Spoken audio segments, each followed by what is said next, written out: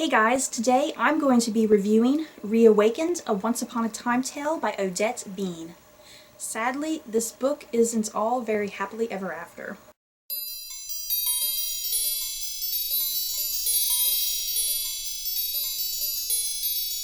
Reawakened is a narrative retelling of the ABC show Once Upon a Time. The story follows Emma Swan, who is living a lonely existence as a bounty hunter, until one day on her 28th birthday, her long-lost son arrives at her door. Her son, Henry, wants Emma to come to Storybrooke, Maine.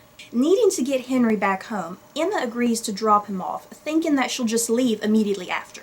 But there is some type of mystery and attraction that is keeping Emma in town, plus her desire to protect Henry once she meets his stepmother, Regina Mills. Unbeknownst to Emma, 28 years ago in Fairytale Land, Regina cast a curse against Snow White in Fairytale Land that will throw all of Fairytale Land into this continuous loop. And this curse drops them in our world, a land without magic. And Emma is the only one who can break the curse, bring back the happy endings, and restore everyone's memories about who they really were in the Fairytale Land. Guys, I really wanted to love this book. I absolutely love the television show. But this book had so many flaws, it's not even funny. If you've never watched the show, I suggest you just turn this video off, because you can't possibly begin to even read this book without even understanding what the show is about.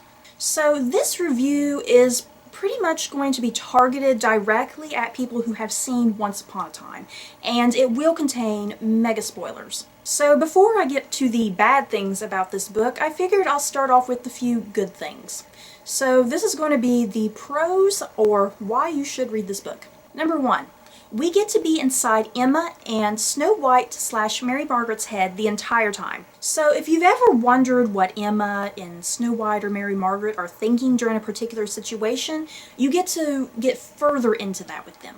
For instance, there's a lot more development of Emma's feelings towards Graham, plus her feelings afterwards once he dies. Guess what? There's some deleted scenes in this book. I'll list a few examples right now.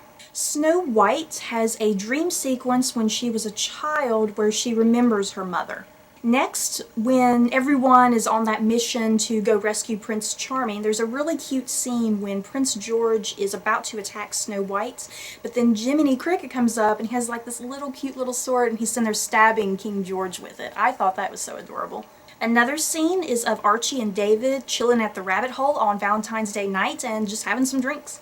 If you've ever seen promotional photos, and I've seen them too, there's a shot of Emma on the ground and Mary Margaret and David are coming up to her and Emma's just shocked looking, and I've always wondered where that scene was in the show because I remember seeing the promotional photos but it never happened on the show. But in the book there is a scene where Emma is actually almost run over by David in his car, and Mary Margaret and David are gathering around her. And lastly, there's a scene when Emma is held hostage by Jefferson. She can hear Jefferson go to the door and she can clearly hear August at the door. There were a few more scenes throughout the book, but these are kind of the ones I remember the most and I thought were the most interesting. And last, for a pro about this book, I really love this cover. It's just really neat and well photoshopped together, and just a nice image of Snow and Emma together. So moving on from the pros of the book, I'm going to be moving to the cons, or reasons why you should not bother to pick this book up. First, even though we do get to experience the entire book through Snow and Emma's head, that's it. We don't get to be inside the heads of any other characters. So you can probably guess what this means. It means that whole chunks and characters of the show are entirely cut out. Henry is often used as this sort of mouthpiece to explain past events. So if you are a Rumpelstiltskin or Regina fan, you are probably going to hate this book, because there is absolutely no type of development there for them, and you don't get to see their flashbacks. Number 2, I really felt like a lot of important information was missing from this book. Or I suppose I can say just important scenes were left out. Important scenes that I think you needed in this book to understand character motivations. A major important scene is when Regina visits Mary Margaret in jail, and there's that whole confrontation between them where Mary Margaret is trying to apologize to Regina, saying, I don't know what I've done to you, but I'm truly sorry. And then Regina is like, apology not accepted, and you deserve your fate. Another important scene that was left out was when Jefferson was explaining to Emma and Hat Trick about all the various different worlds, and that it's not just our world and the fairy tale world. And speaking of Jefferson, I absolutely kind of hated the characterization of Jefferson in this book, to be honest. He was kind of made out to just be this psycho. And like I said, if scenes were not from Mary Margaret or Emma's perspective, then everyone else was cut out. So Jefferson, you didn't get to see his flashback where you see him as a more likable and understandable character. And no Rumple Bell, you guys. And if you've seen Season 2, you know that Bellfire is a very important character. And you don't get any of those Rumple and Bay scenes in this. Another that I had with this novel, I hated the characterization of David. I didn't have a problem with the characterization of Prince Charming in this. I think that was pretty spot on with the television show. I get it. On the show, David is supposed to be thrown into this horrible light because that's the point. He's Prince Charming. Prince Charming is very heroic and noble and always trying to do the right thing, but those characteristics are what gets him in trouble in the real world. But for some reason, the characterization of David in this was just even further, and he was much more pathetic and annoying. And I love David. I think I'm one of the few fans who actually really loves David because I like that dual personality going on.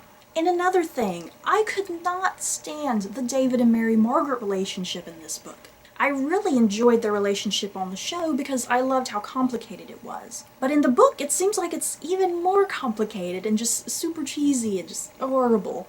While reading the book, I was beginning to suspect that Odette Beane herself is not a huge fan of David. Next, not every episode is presented in this book.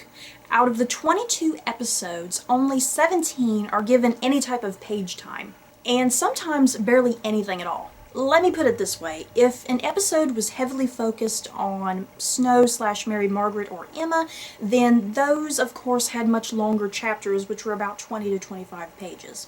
If an episode had nothing to do with Snow White or Mary Margaret or Emma, then those chapters were usually maybe about 10 pages, and it usually was just the storybook elements of the story. Episodes that were cut out were That Still Small Voice, True North, Fruits of the Poisonous Tree, Dreamy, and The Return.